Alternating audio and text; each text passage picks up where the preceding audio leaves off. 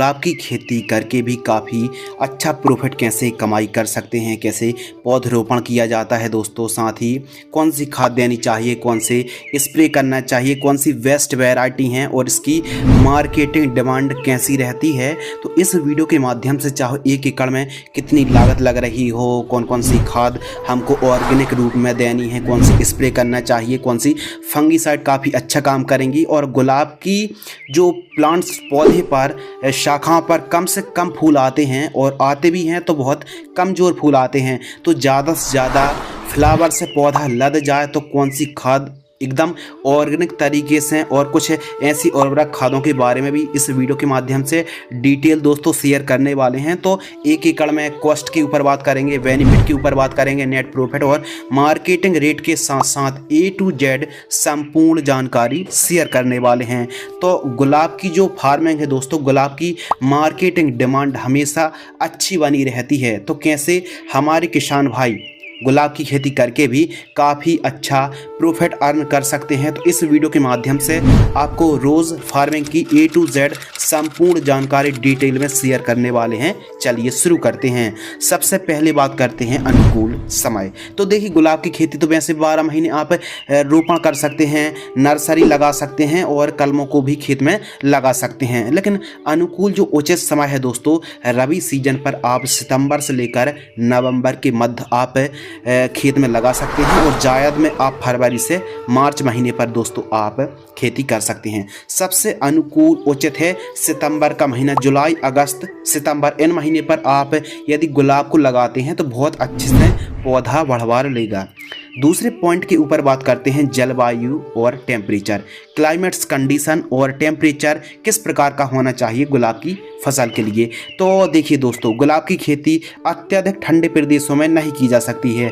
इसकी खेती आप उत्तर एवं दक्षिण भारत के मैदानी एवं पहाड़ी क्षेत्रों के साथ साथ यदि मौसम में ठंडी नम आर्द्र जलवायु यदि मौसम में रहती है दोस्तों, यदि टेम्परेचर के ऊपर बात कर लें तो न्यूनतम टेम्परेचर 14 से 15 डिग्री सेल्सियस यदि जाता है और अधिकतम के ऊपर बात करें 28 से 30-32 डिग्री सेल्सियस तक टेम्परेचर चल जाता है। वहाँ की एक एवरेज एक औसत टेम्परेचर 15 से लेकर 28 डिग्री सेल्सियस के मध्य तापमान यदि होता है तो बहुत अच्छे से फ्लावर हमारे देखने के लिए मिलते हैं, बहुत अच्छा ग्रोथ देखने के लिए मिलता है। भूमि और खेत की तैयारी, तो गुलाब की खेती में सॉइल और फार्म प्रिपरेशन के ऊपर बात करें तो भूमि आप रेतीली भूमि है, बलुई भूमि है, काली मिट्टी है, काली दोमट है, चिकनी भूमि है, सभी प्रकार की भूमि पर आप खेती कर सकते हैं। मृदा की पीएच वैल्यू दोस्तों यदि 7.5-8 से अधिक है, अधिक एल्कलाइन है, तो 50 किलोग्राम आप जब खेत की तैयारी कर रहे हो जिप्सम का प्रयोग करके खेत की तैयारी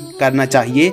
और भूमि के ऊपर अगर हम बात करें, खेत की तैयारी के ऊपर बात करें तो भूमि उत्तम जल निकास का प्रबंध होना चाहिए और जो भूमि है दोस्तों, जितनी ज़्यादा मिट्टी में कार्बनिक पदार्थ होंगे, जितनी ज़्यादा उपजाऊ भूमि होगी उतनी ही अच्छी पैदावार हमको देखने के लिए मिलेगी। बाकी आप पीली भूमि पर भी खेती कर सकते हैं। खेत की तैयारी, एक बार आपको गहराई में चलने वाले प्लाऊ से प्लोविंग कराना है, फिर 1 से 2 बार कल्टीवेटर से आपको प्लोविंग कराना है और मिट्टी को भुरभुरी कराने वाले यंत्र जैसे रोटावेटर है, हैरो से आपको ठीक तरीके से मिट्टी को भुरभुरी कराना है। पाटा लगाकर एकदम खेत को समतल करा दीजिए और खेत के चारों साइड साफ सफाई होना चाहिए और तारबंदी भी दोस्तों होना बहुत ही ज़रूरी है।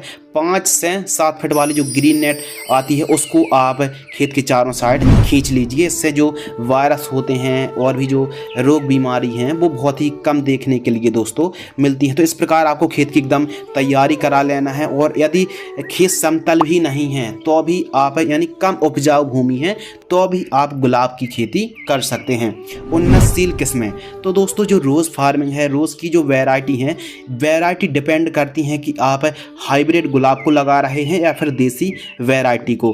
कुछ आप इस प्रकार समझ लीजिए दोस्तों, यदि आप हाइब्रिड वैरायटी को लगाते हैं, आप यदि हाइब्रिड वैरायटी, क्योंकि हाइब्रिड जो वैरायटी होती हैं उनकी डिमांड बहुत ज़्यादा होती है, कई तरीके से इस्तेमाल और यूज़ किया जाता है। उन्नतशील किस्मों के ऊपर बात कर रहे हैं तो इस प्रकार आप समझ लीजिए कि हाइब्रिड वैरायटी को आप लगा रहे हैं तो पॉली हाउस, नेट हाउस के अंदर ही आपको लगानी है। और यदि आप ओपन फील्ड फार्मिंग खेती करना चाहते हैं तो आप देसी देसी वैरायटी का सिलेक्शन करना चाहिए। उन्नतशील किस्में जो कि काफ़ी अच्छी उत्पादन देने वाली हाइब्रिड वैरायटी हैं, जैसे रेड टॉप सीक्रेट वैरायटी है, ये भी काफ़ी फेमस वैरायटी है, लेकिन इस वैरायटी को आप नेट हाउस या फिर ग्रीन हाउस पर ही खेती कर सकते हैं। इसके अलावा कश्मीरी गुलाब है, रेड रोज़ है, इसके अलावा पिंक रोज़ है, रेड ब्यूटी के नाम से आती है, और एक और हाइब्रिड वैरायटी है बोर्डेक्स जो वैरायटी है रोज़ की, ये भी काफ़ी पॉपुलर है। इन सभी में से जो सबसे बेस्ट वैरायटी है दोस्तों वो है हाइब्रिड की रेड टॉप सीक्रेट वैरायटी और बोर्डेक्स रोज वैरायटी को आप सिलेक्शन और चुनाव कर सकते हैं। अब जो देसी वैरायटी है आपके एरिया के हिसाब से जो बढ़िया और सही अच्छी पैदावार देने वाली किस्में हों उनको दोस्तों आप लगा सकते हैं। तो वैरायटी का आप सिलेक्शन कर रहे हैं, हम आपको यही रिकमेंडेड करेंगे कि आप यदि ओपन फील्ड फार्मिंग खेती कर रहे हैं यानी सामान्य तरीके से खेती कर रहे हैं तो देसी किस्मों का ही आपको चुनाव करना चाहिए प्रति एकड़ प्लांट्स या फिर कल में। तो जो आपको 1 एकड़ पर पौधरोपण करने हैं रोज के, तो दोस्तों आपको कल में लगानी है या फिर आप ग्राफ्टेड पौधे को भी ट्रस्टेबल नर्सरी से परचेज कर सकते हैं। ये समझ लीजिए 1 एकड़ में आपको 8,000 से लेकर 10,000 कलमों की आवश्यकता पड़ेगी, पौधों की आवश्यकता पड़ने वाली है। अगले विषय के ऊपर दोस्तों बात कर लेते हैं बेड तैयार। तो आप बेड बनाकर यदि आप खेती करते हैं, अधिक वर्षांत हो जाती है तो जल भराव नहीं होगा, ज़्यादा देर तक जड़ों के पास पानी ठहरा नहीं रहेगा, जिससे जड़ों में रूट रॉट की समस्या आने लगती, कॉलर रूट की समस्या आने लगती है। तो इसीलिए आप गुलाब की खेती कर रहे हैं दोस्तों तो आप बेड बनाकर 1.5-2 फीट ऊंची बेड बनाकर खेती करें, और बेड मेकर या फिर बेड राइजर से आप बेड प्रिपरेशन करा सकते हैं। बेड से बेड की दूरी 5 फीट, बेड की ऊंचाई 1 से 1.5 फीट, और साथ ही दोस्तों बेड की आपको जो चौड़ाई रखनी है वो रखनी है 2.5 से 3 फीट, और एक लाइन में आपको डबल लाइन पर आपको पौध रोपण करना चाहिए। बेसल डोज यानी बुआई के समय कौन कौन से न्यूट्रिएंट कौन कौन से पोषक तत्व की पूर्ति करना चाहिए, तो ऑर्गेनिक तरीके से दोस्तों आप गोबर की खाद 2 ट्रॉली और आपको 2 से लेकर 4 क्विंटल सरसों की खली आपको 1 एकड़ में प्रयोग करना है, और आपको उसके बाद आपको कलमों को पौधरोपण करना चाहिए। ये थी ऑर्गेनिक की बात। अब ऑर्गेनिक नहीं है, रासायनिक खाद के लिए आप एक काम कर सकते हैं कि बुआई के समय बेड के ऊपर DAP 50 kilogram, MOP muriate of potash 25 kilo, single super phosphate 100 kilogram, और हो सके तो गोबर की खाद भी 2 ट्रॉली, इन सभी को मिक्स करके प्रति एकड़ की दर से आपको बेड के ऊपर दे करके बेड प्रिपरेशन कराना चाहिए। अगले विषय के ऊपर बात करते हैं नर्सरी तैयार। तो जो रोज फार्मिंग है, गुलाब की खेती आप कर रहे हैं, तो जो नर्सरी प्रिपरेशन करना है इसकी मेथड अलग अलग हैं। वैसे तो आप चाहें तो 2 से 3 साल पुराने पौधे से भी कलम निकाल सकते हैं 10 से 12 इंच लंबाई वाले। ट्राइकोडर्मा में दोस्तों डुबो कर आपको प्लांटेशन करना है, या फिर आप ग्राफ्टेड पौधे को भी खरीद सकते हैं किसी भी ट्रस्टेबल नर्सरी से, या फिर आप 2 से 3 साल पुराना पौधा है तो वहां से भी आप कलम निकाल सकते हैं दोस्तों। प्लांट डिस्टेंस, पौधे से पौधे की दूरी हमको कितनी रखनी चाहिए। कुछ किसान भाई अल्ट्रा हाई डेंसिटी पर रोज फार्मिंग की प्लांटेशन कर देते हैं, तो एक्चुअली पर कितनी दूरी पर हमको पौध रोपण करना चाहिए जिससे हमारी फसल लॉन्ग लास्टिंग एक अच्छी ईल्ड निकलती रहे, और एक निश्चित डिस्टेंस आप बताइए। तो पौधे से पौधे की दूरी आपको रखनी है दोस्तों लगभग 3 फीट, और आपको एक बेड पर आपको डबल लाइन पर प्लांटेशन करना है और जिग जैग प्लांटेशन आपको करना है, यानी एक बेड पर डबल लाइन पर प्लांटेशन करना है, और पौधे से पौधे की दूरी आपको लगभग दोस्तों 3 फीट रखनी है। लाइन से लाइन की दूरी आपको 5 फीट रखनी है, यानी एक बेड से दूसरी बेड की दूरी आपको 5 फीट, और एक बेड पर आपको डबल लाइन पर पौध रोपण करना है, वो भी जिग जैग। दोस्तों जब भी आप गुलाब की प्लांटेशन कर रहे हो, पौधों को लगा रहे हो, जड़ों के पास यानी फील्ड पर पर्याप्त मात्रा पर नमी होना बहुत ही ज़रूरी है, और स्टार्टिंग के जो दिन होते हैं दोस्तों उस पर आपको विशेष रूप से इरिगेशन पर ध्यान रखना चाहिए। अब ड्रिप इरिगेशन के ऊपर बात कर लेते हैं। तो रोज़ फार्मिंग पर आप 16 mm इनलाइन ड्रिप इरिगेशन को लगा सकते हैं। मल्चिंग पेपर लगाने से, यदि मल्चिंग पेपर के ऊपर बात करें, मल्चिंग पेपर लगाने से सबसे बड़ा फ़ायदा ये है कि कम सिंचाई की आवश्यकता पड़ती है और खरपतवार बिल्कुल भी नहीं उगते हैं। तो मल्चिंग पेपर 30 माइक्रोन का मल्चिंग पेपर यदि आप 1 एकड़ में लगाते हैं तो लगभग 14 से 15 हज़ार रुपये के आसपास का खर्च दोस्तों आने वाला है। अब इरिगेशन के ऊपर बात कर लें तो यदि आप ड्रिप लगा रखी है, ड्रिप से खेती कर रहे हैं, तो 2 से 3 दिनों के अंतराल पर आपको सिंचाई करनी है 2-2 घंटे। और फ्लैट एरीगेशन से आपने मतलब क्यारी विधि से खेती कर रहे हैं तो 15 से 16 दिनों के अंतराल पर आवश्यकता अनुसार आपको सिंचाई करना चाहिए। वीड कंट्रोल, खरपतवार की रोकथाम, सबसे बेस्ट ऑप्शन है कि आप मल्चिंग पेपर लगाइए। यदि आपने मल्चिंग पेपर लगाया है तो जहां मल्चिंग पेपर लगी हुई है वहां खरपतवार नहीं उगेंगे, बल्कि दोनों बेड के बीच में जहां मल्चिंग पेपर नहीं लगा है वहां खरपतवार उग जाएंगे। तो निराई गुड़ाई कराएं, मजदूरों की मदद से आप खरपतवार मुक्त फसल रखना है। और यह एक सीक्रेट फार्मूलेशन है कि गुलाब की फसल पर जितना ज़्यादा मतलब साफ सफाई रहेगी, जितना ज़्यादा स्वस्थ आप फसल को रखेंगे, उतनी अच्छी पैदावार देखने के लिए मिलेगी। खरपतवार रहेंगे तो sucking paste, special aphids, jassid और व्हाइट फ्लाई का प्रकोप बढ़ने वाला है। तो इसलिए निराई गुड़ाई आपको विशेष रूप से दोस्तों करना चाहिए। और दोनों वेट के बीच में यदि खरपतवार उग चुका है तो आप पावर वीडर को भी चला सकते हैं कुछ इस प्रकार। अगले महत्वपूर्ण टॉपिक के ऊपर दोस्तों बात करते हैं स्प्रे शेड्यूल। गुलाब की फसल पर एक अच्छी पैदावार, ज़्यादा से ज़्यादा फूल की संख्या आए पौधे पर, तो इसके लिए कुछ कीटनाशक दवाइयों का स्प्रे किया जाता है, कुछ टॉनिक का और कुछ फंगिसाइड का स्प्रे किया जाता है, जो कि सस्ती होती हैं और बहुत अच्छा रिजल्ट देने वाली। हम आपको कॉम्बिनेशन कीटनाशक दवाई और फफूंदनाशक के बारे में दोस्तों जानकारी और डिटेल शेयर कर रहे हैं। तो वीडियो को आप बिना स्किप किए वीडियो को अंत तक पूरा वॉच करें। हम बात कर रहे थे कीट प्रबंधन कि कौन कौन से कीट आते हैं, सबसे पहले समझते हैं। तो प्रमुख रूप से पाउडर मिल्ड्यूड है, आर्द्र गलन है, लीफ स्पॉट है, aphids, thrips, mites, special red mites आती है और बैक्टीरिया विल्ट आती है, यानी फलता फूलता पौधा सूख जाता है।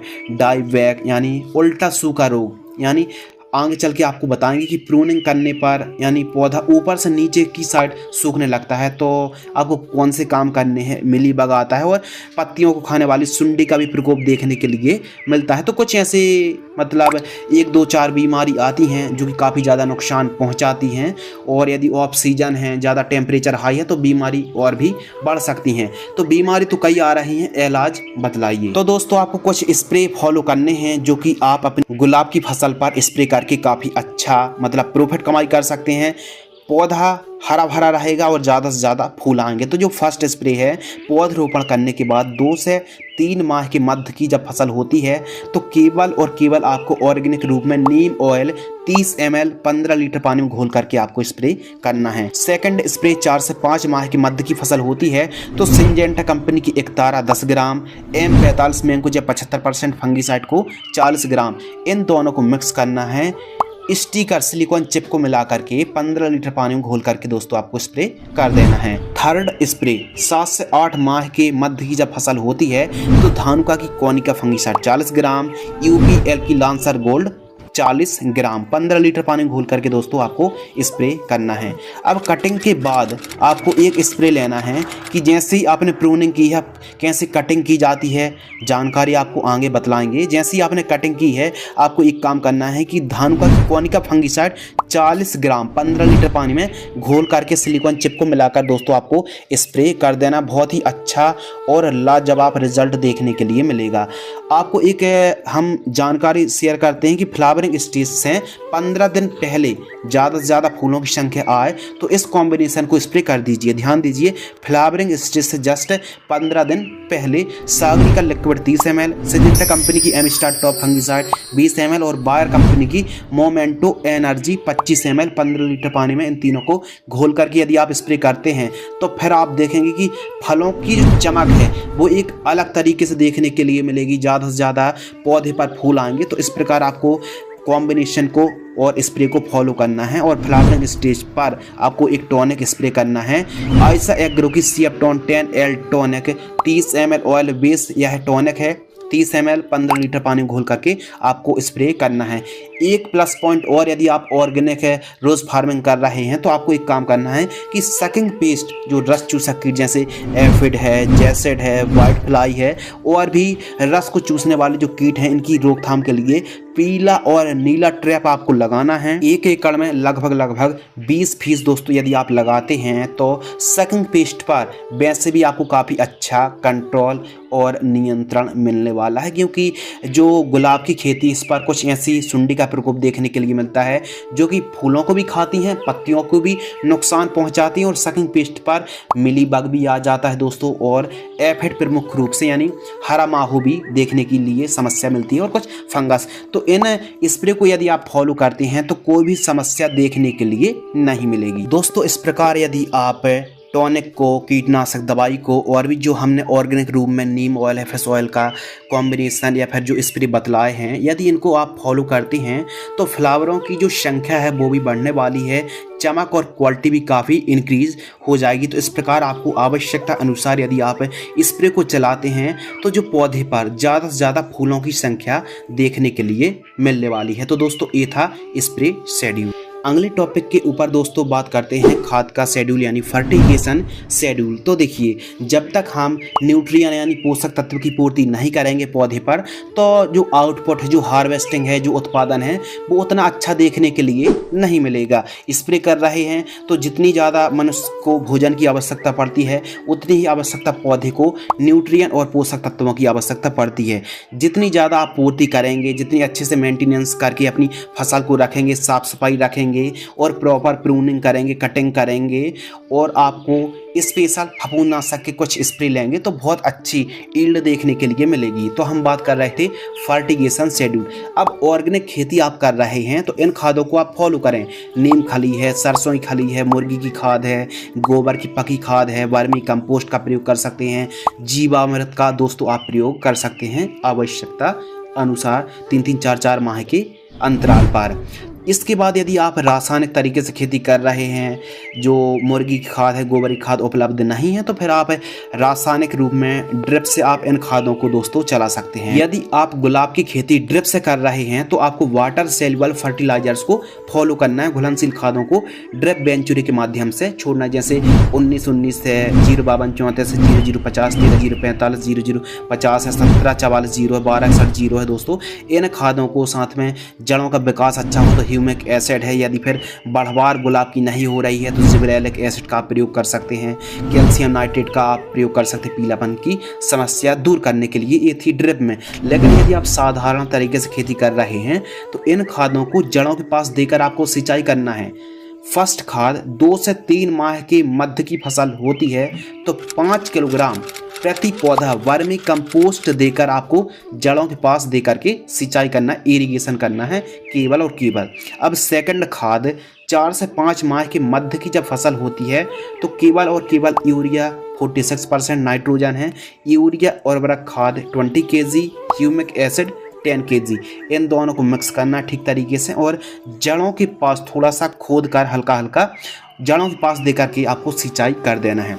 अब थर्ड जो खाद है 6 से 7 माह के मध्य जब गुलाब की फसल होती है तो एसएसपी पाउडर फॉर्म वाली 25 किलो, डीएपी 25, यूरिया 25 और सूक्ष्म पोषक तत्व युक्त खाद किसी अच्छी कंपनी का, जैसे एग्रोमेन आता है और भी बहुत सारी कंपनी देती है, माइक्रो न्यूट्रिएंट फर्टिलाइजर्स 5 kg। इन 3-4 को मिक्स करके दोस्तों यदि आप जड़ों के पास देंगे तो बहुत अच्छे से फ्लावरों की संख्या आने वाली है। तो इनको आपको ज़रूर फॉलो करना है। अब फ्लावरिंग स्टेज से पहले, लगभग 10 दिन पहले, फ्लावरिंग स्टेज से 10 दिन पहले कैल्शियम नाइट्रेट 15 किलो और बोरॉन 1 किलो, इन दोनों को जड़ों के पास देकर सिंचाई कर दीजिए और फिर खुद आप पैदावार देखेंगे, हार्वेस्टिंग बहुत अच्छी ईल्ड निकलेगी। ये था खाद का शेड्यूल। लेकिन दोस्तों इन सब काम करने के बाद भी यदि दोस्तों गुलाब की फसल पर कमज़ोर फूल आ रहे हैं तो एक सीक्रेट फॉर्मुलेशन कॉम्बिनेशन को आप अप्लाई कर सकते हैं। प्रॉपर बढ़वार अच्छी हार्वेस्टिंग देखने के लिए मिल रही है तो ठीक है, लेकिन कमज़ोर फूल आ रहे हों तो इस फॉर्मुलेशन को आप अप्लाई करें। यूरिया उर्वरक खाद 30 kg, जिंक सल्फेट 3 kg जो कि 33% वाली आती है, ह्यूमिक एसिड 500 ग्राम, इन तीनों को मिक्स करके जड़ों के पास देकर सिंचाई कर दीजिए। जो कमज़ोर फूल आ रहे हैं, बहुत हल्का वजन है, वजनदार करना है, कलरफुल करना है, तो इस कॉम्बिनेशन को आप अप्लाई कर सकते हैं। इस प्रकार दोस्तों आपको खाद का शेड्यूल यानी फर्टिगेशन शेड्यूल चलाना चाहिए यदि फसल अच्छी हरी भरी दिख रही है तो खाद की कॉम्बिनेशन का जो डोज है 50% लेस देन भी कर सकते हैं, कम कर सकते हैं। तो इस प्रकार आपको फर्टिगेशन शेड्यूल चलाना चाहिए। विशेष रूप से आपको इरिगेशन पर ध्यान रखना चाहिए। अगले टॉपिक के ऊपर दोस्तों बात करते हैं प्रूनिंग यानी कटिंग। तो यदि कोई भी हम फसल की बात करें, सबसे ज़्यादा यदि किसी फसल में कटिंग की आवश्यकता पड़ती है तो दोस्तों वो है रोज़ फार्मिंग, गुलाब की खेती। गुलाब की फसल पर जितनी ज़्यादा आप कटिंग करेंगे, देखभाल करेंगे, उतनी ही ज़्यादा न्यू न्यू शाखाएं, न्यू न्यू ब्रांचेस और ज़्यादा से ज़्यादा फुटाव आएंगी, जिससे पैदावार बढ़ेगी। तो कटिंग करना बहुत ज़रूरी है। अब कटिंग करते समय कुछ सावधानी भी आपको रखनी है। सावधानी पहली तो ये है कि कम से कम 1 साल बाद ही पौधे की आपको कटिंग करनी है। 1 साल से पहले पौधे की कटिंग बिल्कुल भी नहीं करनी है। और कटिंग करने के बाद दोस्तों आपको पता है कि लगभग जैसे हमने आज कटिंग कर दी तो 45 से 50 दिन बाद ही फूल आना शुरू होंगे। यानी कटिंग अभी की है, 45 दिन बाद एक न्यू हार्वेस्टिंग स्टार्ट हो जाएगी। पौधे से 5 से 10 इंच आपको बॉटम साइड से, यानी 5 से 10 इंच नीचे साइड से आपको कटिंग करनी चाहिए और अधिकतम 1 फीट आप रख सकते हैं। कटिंग आप कर रहे हैं तो बिल्कुल नीचे से, और आपको जो स्टेम छोड़नी है वो आपको 5 इंच अधिकतम आप छोड़ सकते हैं। कटिंग करने से अधिक फुटाव आते हैं, जिससे पैदावार बढ़ती है। और एक बार जब आप कटिंग करेंगे दोस्तों तो कम से कम 3 से 4 बार मिनिमम हार्वेस्टिंग आप ले सकते हैं। गुलाब की कटिंग कब करें, सबसे पहले जानते हैं। तो जब आप पौधरोपण करते हैं तो कम से कम 14 माह के बाद ही आपको कटिंग करनी है।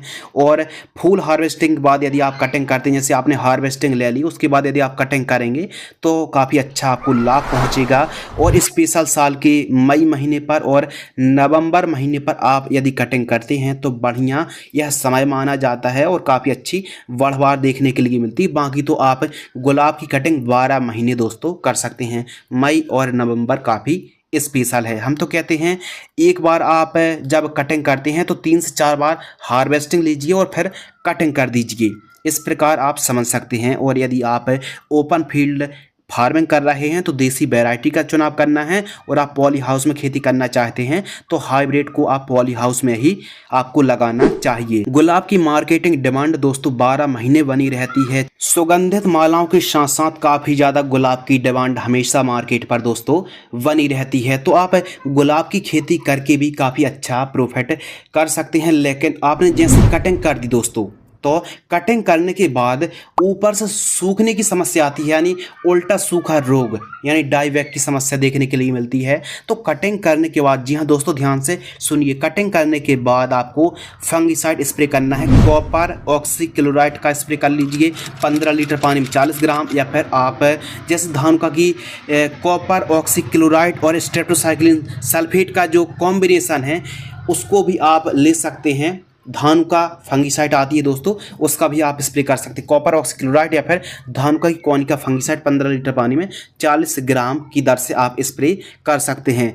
जितनी ज़्यादा आप कटिंग करेंगे, सिंचाई पर ध्यान रखेंगे, पैदावार बढ़ने वाली है। आप यदि 6-6, 7-7 महीने यदि कटिंग नहीं करेंगे या फिर आप साल भर कटिंग नहीं करेंगे तो पैदावार भी कम होगी और पौधे पर जो फूल आएंगे बहुत ही कमज़ोर देखने के लिए मिलेंगे। तो प्राउनिंग करना, कटिंग करना दोस्तों गुलाब की बहुत ज़्यादा ज़रूरी है, जो कि आप वीडियो पर देख रहे हैं। इस प्रकार ये कटिंग करने की आज 1 माह बाद आप फसल को देख सकते हैं। अब अगले टॉपिक के ऊपर बात करते हैं लाइफ साइकिल।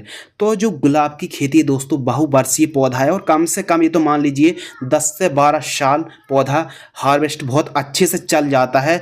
क्योंकि फिर 15 साल के बाद इसकी जो जड़ें होती हैं थोड़ा सा मतलब फिर अलग कर देना चाहिए इसको। मतलब 10-12 साल 15 साल के बाद आपको इस फार्मिंग को अलग करके दोबारा फिर से आप प्लांटेशन कर सकते हैं। तो यह एक बहुवर्षीय पौधा है और बहुवर्षीय क्रॉप मानी जाती है। फर्स्ट हार्वेस्टिंग के ऊपर बात करें तो गुलाब की पौधा कम से कम 3 से लेकर 5 माह के मध्य फूल देना शुरू कर देता है। लेकिन जो 1 साल का पौधा होता है पूर्ण विकसित हो जाता है और काफ़ी अच्छी ईल्ड, काफ़ी ज़्यादा अच्छी हार्वेस्टिंग फूल देना शुरू कर देता है। मार्केटिंग रेट के ऊपर बात करें तो मिनिमम कम से कम रेट 50 रुपये रहता है और अधिकतम 200-250 रुपये प्रति किलोग्राम की दर से हमको कीमतें दोस्तों देखने के लिए मिलती हैं। हाइब्रिड गुलाब की कीमतें और भी ज़्यादा 200-250-300, एक एवरेज 150-200 तो रहती ही रहती है हाइब्रिड।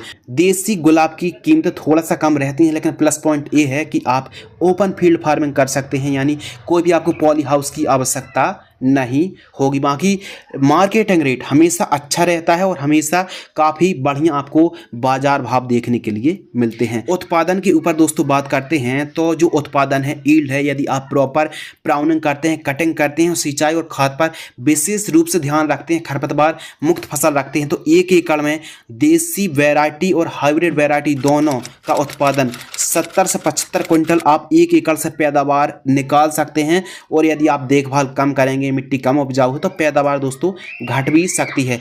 एक साल में लगभग 70 क्विंटल पैदावार बड़े आराम से हो जाती है। लागत के ऊपर बात कर लें, यदि आप गुलाब की खेती कर रहे हैं तो 1 एकड़ में जो लागत है, चाहे मल्चिंग हो, ड्रिप का खर्च हो, खाद हो, बेसल डोज, या फिर जो आप बेड तैयार कर रहे हैं, ट्रैक्टर का जो भी भाड़ा है दोस्तों, 1 एकड़ में 70 से 80 हज़ार रुपये के आसपास लागत लग जाती है। यदि आप सामान्य तरीके से खेती करते हैं तो केवल आप कलम को खरीदें और लगा दीजिए, कोई खर्च नहीं है। लेकिन आप वैज्ञानिक तरीके से खेती करते हैं, मल्चिंग ड्रिप को लगाते हैं और काफ़ी वैज्ञानिक तरीके से फार्मिंग करते हैं, खाद दवाइयों पर प्रॉपर आप खर्च करते हैं, तो लागत 70-80 हज़ार रुपये लग जाती है। अगले महत्वपूर्ण विषय के ऊपर बात करते हैं, मुनाफा प्लस नेट प्रॉफिट। यदि हम गुलाब की खेती करते हैं तो कितना मुनाफा होगा, कितना नेट प्रॉफिट हम बचा सकते हैं दोस्तों। तो मुनाफा बाजार भाव पर और उत्पादन पर काफ़ी ज़्यादा निर्भर करता है। तो यदि हमको 80 रुपये प्रति, कम से कम दोस्तों आपको पता है कि रेट हमेशा इसके 70-80 तो मिनिमम रहते ही रहते हैं, कम से कम हमको 80 रुपये केजी का ही रेट मिल जाता है, यानी 8,000 रुपये क्विंटल। और हम 70 क्विंटल पैदावार 1 साल पर मान लेते हैं, तो 8,000 में यदि हम 70 का इंटू कर देंगे तो 5,60,000 रुपये हमारा दोस्तों मुनाफा आ गया। मुनाफा में से हम लागत को घटा देंगे, मुनाफा हुआ 5,60,000 रुपये और लागत लगी 80,000 रुपये। यदि दोस्तों हम 5,60,000 रुपये में से 80,000 लागत घटा देंगे तो 4,80,000 रुपये हमारा नेट प्रॉफिट आ गया दोस्तों। यदि दोस्तों इस प्रकार आप हाइब्रिड गुलाब की खेती करते हैं तो ये मान लीजिए 1 एकड़ से 4-5 लाख रुपए आप आराम से अर्न कर सकते हैं। और यदि आप ओपन फील्ड फार्मिंग खेती करना चाहते हैं, देसी वैरायटी का चुनाव और सिलेक्शन किया है, तो दोस्तों आपको बता दें कि 3.5-4 लाख रुपए आप बड़े ही आराम से अर्निंग कर सकते हैं। गुलाब की खेती जितनी ज़्यादा कलरफुल है, सबकी फेवरेट है दोस्तों, जैसे गुलाब सबका फेवरेट है, वैसे ही काफ़ी अच्छा अर्निंग, काफ़ी अच्छा प्रॉफिट देने वाली यह फसल है दोस्तों। तो हमारे किसान भाई काफ़ी मतलब कह सकते हैं कि कम लागत पर एक अच्छा प्रॉफिट, एक अच्छा रेवेन्यू गुलाब की खेती से भी कमाई कर सकते हैं। यदि आप भी गुलाब की खेती करना चाहते हैं तो इस वीडियो देखकर काफ़ी आपकी हेल्प होगी, मदद होगी। और क्या आप गुलाब की खेती करना चाहते हैं या फिर नहीं, कमेंट सेक्शन में ज़रूर बताइएगा। तो इस वीडियो के माध्यम से आपको A to Z डिटेल में संपूर्ण जानकारी शेयर की। आपके मन में कोई सवाल या फिर सुझाव हैं तो कमेंट सेक्शन में ज़रूर बताइएगा। तो मिलते हैं इसी प्रकार की एक और नॉलेजेबल महत्वपूर्ण जानकारी के साथ। तब तक के लिए धन्यवाद, नमस्कार, जय हिंद, वंदे मातरम।